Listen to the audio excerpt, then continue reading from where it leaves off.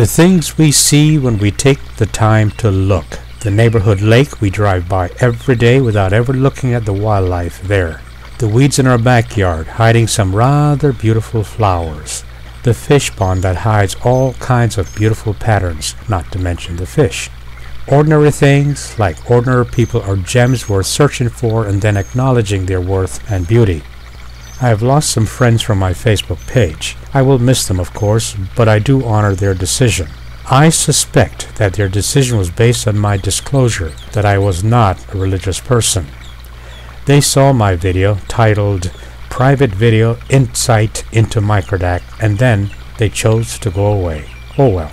I mention my loss just to say this. I consider myself one of the ordinary. That guy that blends so much into the woodwork that I am rarely noticed, and that's okay. As a matter of fact, I like it like that. I regret losing the acquaintances on the Microdac Facebook page, but I would rather lose them than to have them believe that I'm something that I'm not. I read somewhere about a college professor who gave an exam consisting of one question, and all the students failed. The answer was simple and one that they all should have known. The question, what is the first name of the janitor?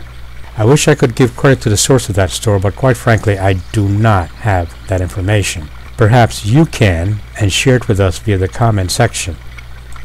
Anyway, I encounter rude, obnoxious, loud, and disgusting people all the time. I'm not impressed, no matter how popular such behavior has become. I also encounter some really nice people every day. Ordinary people doing ordinary things. The clerk at the grocery store that takes some time out to say hello with a smile. The woman who looks back and say thank you after holding the door open for her, and so on. Ordinary people. I do my best to be nice to people that I meet. Being nice to people does not cost me anything, and I assumed the responsibility to be nice. How they react, of course, is indicative of their culture and class, how they were brought up. Employers, of course, would do well not to employ such people if they value their business. Speaking about that, there's a book that every personal library should have. It is called How to Win Friends and Influence People by Dale Carnegie. It is the Bible of cordiality, and you'll be a better person for having read it.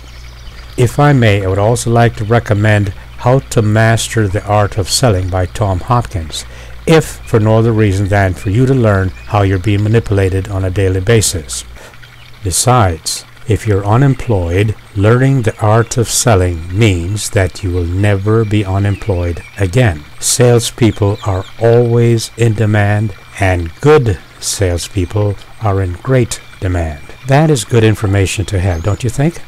And while I'm in the mood, I would also like to recommend any book written by James Dillett Freeman. If you can't find these books, you can always go to my private store on my website. They're all there. Speaking of James Freeman, it was James Freeman that said that most heroes have no medals.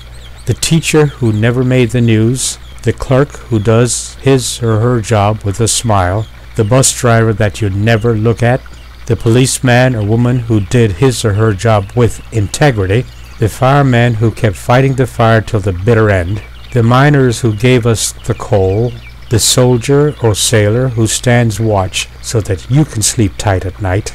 You know, the ordinary people who did their jobs in spite of the prospect of never being recognized. Ordinary people doing ordinary things, without whom, of course, you would not be who you are today.